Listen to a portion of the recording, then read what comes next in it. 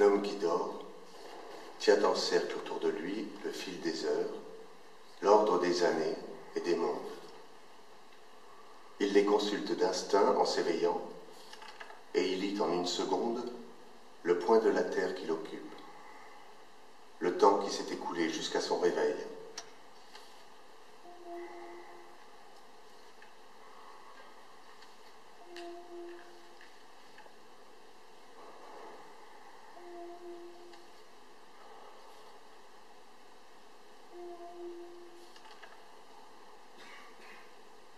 Mais leurs rangs peuvent se mêler, se rompre.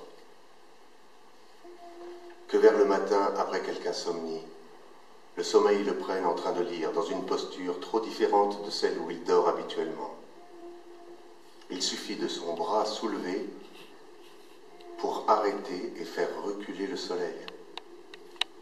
Et à la première minute de son réveil, il ne saura plus l'heure. Il estimera qu'il vient à peine de se coucher.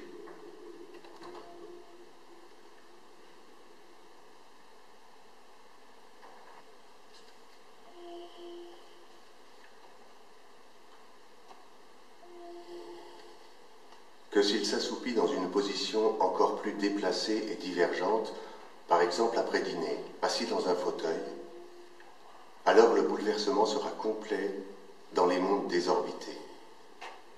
Le fauteuil magique le fera voyager à toute vitesse dans le temps et dans l'espace.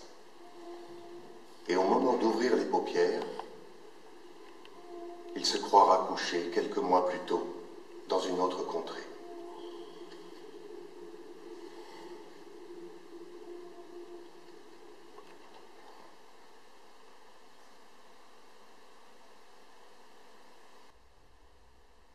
Mais il suffisait que, dans mon lit même, mon sommeil fût profond et détendit entièrement mon esprit, alors celui-ci lâchait le plan du lieu où je m'étais endormi, et quand je m'éveillais au milieu de la nuit, comme j'ignorais où je me trouvais, je ne savais même pas au premier instant qui j'étais.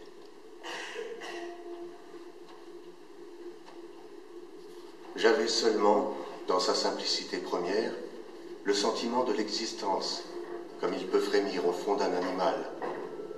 J'étais plus dénué que l'homme des cavernes.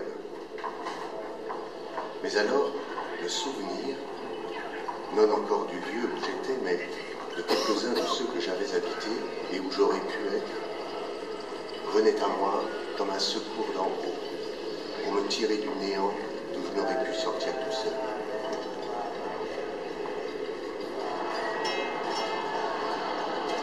Je passais en une seconde par-dessus des siècles de civilisation, et l'image confusément entrevue de lampes à pétrole, puis de chemises à col rabattu, recomposait peu à peu les traits originaux de mon moi.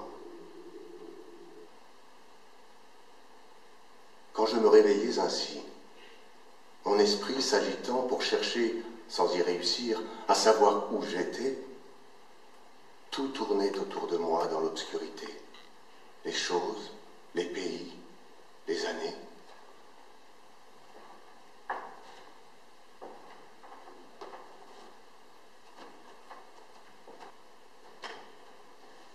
Mon corps, trop engourdi pour remuer, cherchait, d'après la forme de sa fatigue, à repérer la position de ses membres pour en induire la direction du mur, la place des meubles, pour reconstruire et pour nommer la demeure où il se trouvait. Sa mémoire, la mémoire de ses côtes, de ses genoux, de ses épaules, lui présentait successivement plusieurs des chambres où il avait dormi, tandis qu'autour de lui, les murs, invisibles, changeant de place selon la forme de la pièce imaginée, tourbillonnaient dans les ténèbres.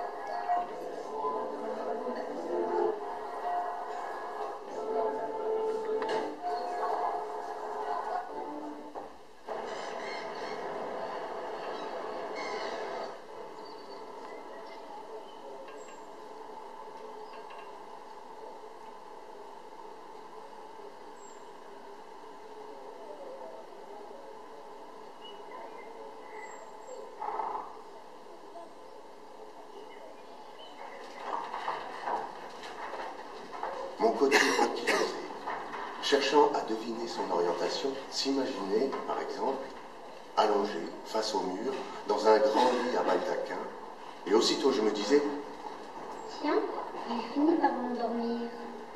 Quoique maman ne soit pas venue me dire bonsoir. J'étais à la campagne, chez mon grand-père, mort depuis bien des années.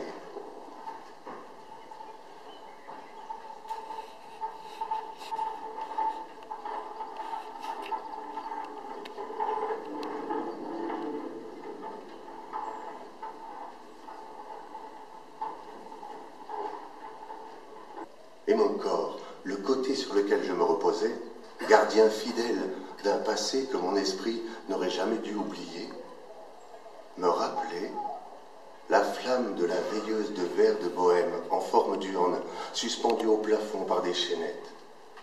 La cheminée en marbre de Sienne, dans ma chambre à coucher de Combray, chez mes grands-parents, en des jours lointains qu'en ce moment je me figurais actuels sans me les représenter exactement.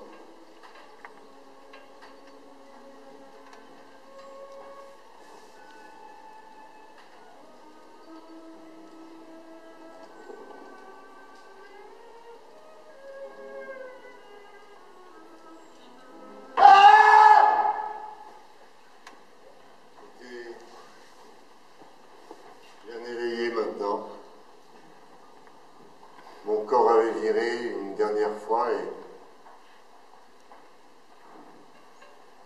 et le bon ange de la certitude avait tout rassemblé autour de moi.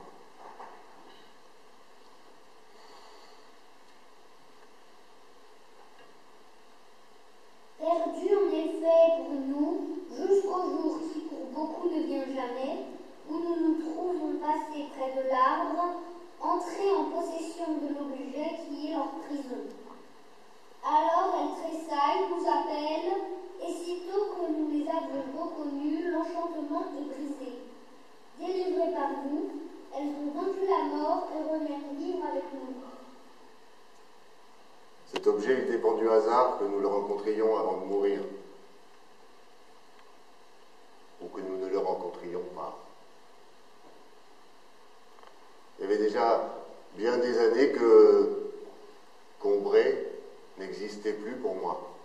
Quand un jour d'hiver, comme je rentrais à la maison, ma mère, voyant que j'avais froid, me proposa de me faire prendre, contre mon habitude, un peu de thé.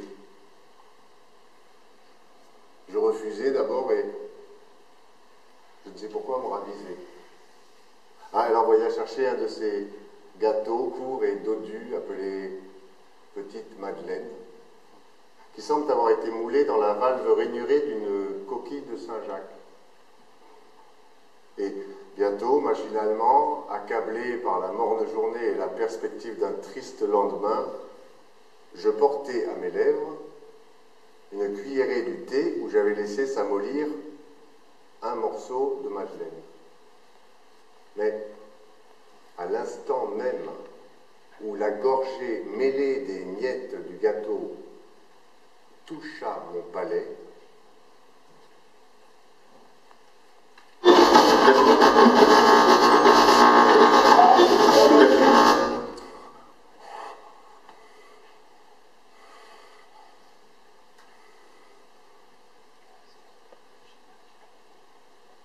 je tressaillis, attentif à ce qui se passait d'extraordinaire en moi.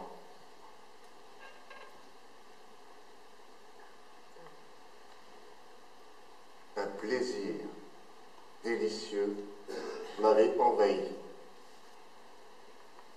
Il m'avait aussitôt rendu les vicissitudes de la vie indifférentes, ses désastres inoffensifs, sa brièveté illusoire. De la même façon qu'opère l'amour, en me remplissant d'une essence précieuse, ou plutôt cette essence n'était pas en moi, elle était moi. J'avais cessé de me sentir médiocre, contingent, mortel. D'où avait pu me venir cette puissante joie? Je sentais qu'elle était liée au goût du thé et du gâteau. Mais qu'elle le dépassait infiniment, ne devait pas être de la même nature. D'où venait-elle? Que signifiait-elle? Je bois une seconde gorgée.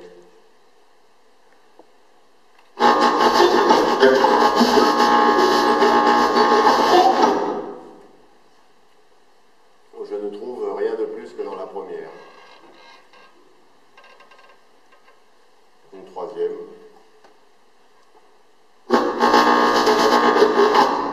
Qui m'apporte un peu moins que la seconde. Bon, il est temps que je m'arrête. La vertu du breuvage semble diminuer. Il est clair que la vérité que je cherche n'est pas en lui, mais en moi.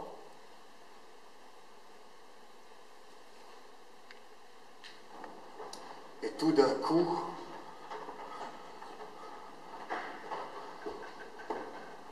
le souvenir m'est apparu. Ce goût, c'était celui du petit morceau de madeleine que, le dimanche matin, à Combray, parce que ce jour-là, je ne sortais pas avant l'heure de la messe. Quand j'allais lui dire bonjour dans sa chambre, ma tante Léonie m'offrait, après l'avoir trempé dans son infusion de thé ou de tilleul.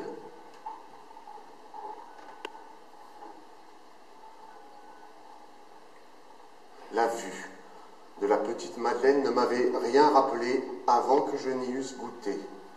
Peut-être parce que, en ayant souvent aperçu depuis, sans en manger sur les tablettes des pâtissiers, elles avaient quitté ces jours de Combray pour se lier à d'autres, plus récents.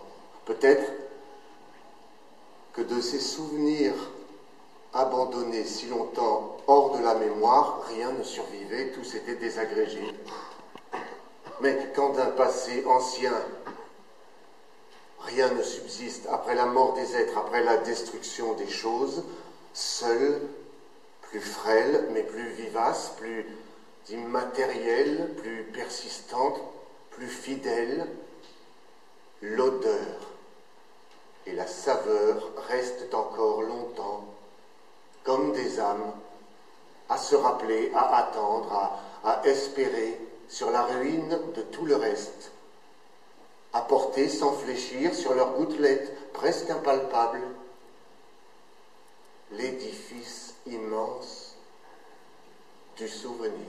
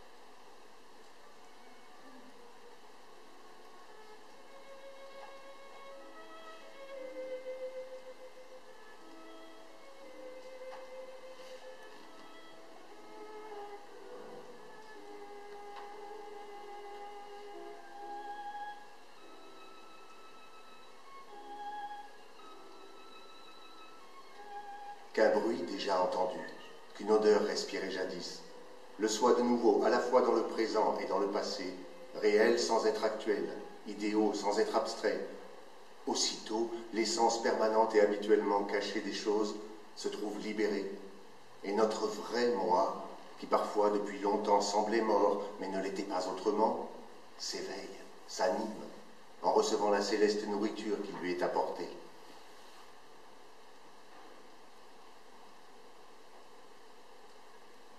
Une minute affranchie de l'ordre du temps à recréer en nous, pour la sentir, l'homme affranchi de l'ordre du temps. Et celui-là, on comprend qu'il soit confiant dans sa joie, même si le simple goût d'une madeleine ne semble pas contenir logiquement les raisons de cette joie. On comprend que le mot de mort n'est pas de sens pour lui, situé hors du temps. Que pourrait-il craindre de l'avenir? Mais ce trompe-l'œil qui mettait près de moi un moment du passé incompatible avec le présent, ce trompe-l'œil ne durait pas. Les idées formées par l'intelligence pure n'ont qu'une vérité logique, une vérité possible. Leur élection est arbitraire. Le livre au caractère figuré, non tracé par nous, est notre seul livre. Non que les idées que nous formons ne puissent être justes, logiquement, mais nous ne savons pas si elles sont vraies. Seule l'impression, si chétive qu'en semble la matière, si invraisemblable la trace, est un critérium de vérité, et à cause de cela mérite seule d'être appréhendée par l'esprit. Car elle est la seule capable, s'il sait en dégager cette vérité, de l'amener à une plus grande perfection et de lui donner une pure joie.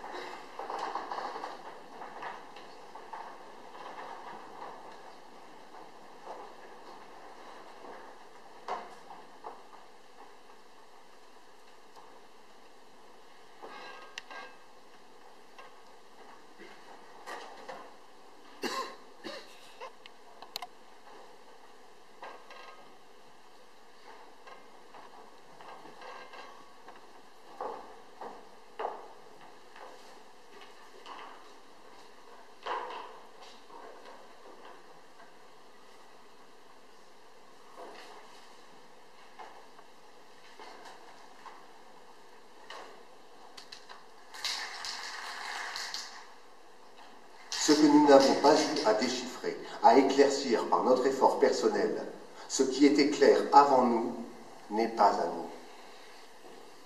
Ne vient de nous-mêmes que ce que nous tirons de l'obscurité qui est en nous et que ne connaissent pas les autres. Et comme l'art recompose exactement la vie, autour de ces vérités qu'on a atteintes en soi-même, flotte une atmosphère de poésie. La douceur d'un mystère qui n'est que la pénombre que nous avons traversée. Oui, une chose que nous avons regardée autrefois, si nous la revoyons, nous rapporte, avec le regard que nous y avons posé, toutes les images qui le remplissaient alors. C'est que les choses, sitôt qu'elles sont perçues par nous, deviennent en nous quelque chose d'immatériel, de même nature que toutes nos préoccupations ou nos sensations de ce temps-là, et se mêlent indissolublement à elles. Tel nom, lu dans un livre autrefois, contient entre les syllabes le vent rapide et le soleil brillant qu'il faisait quand nous le lisions. Dans la moindre sensation apportée par le plus humble aliment, l'odeur du café au lait, nous retrouvons cette vague espérance d'un beau temps qui si souvent nous sourit quand la journée était encore intacte et pleine, dans l'incertitude du ciel matinal. Une heure est un vase rempli de parfums, de sons, de moments, d'humeur parlée, de climat.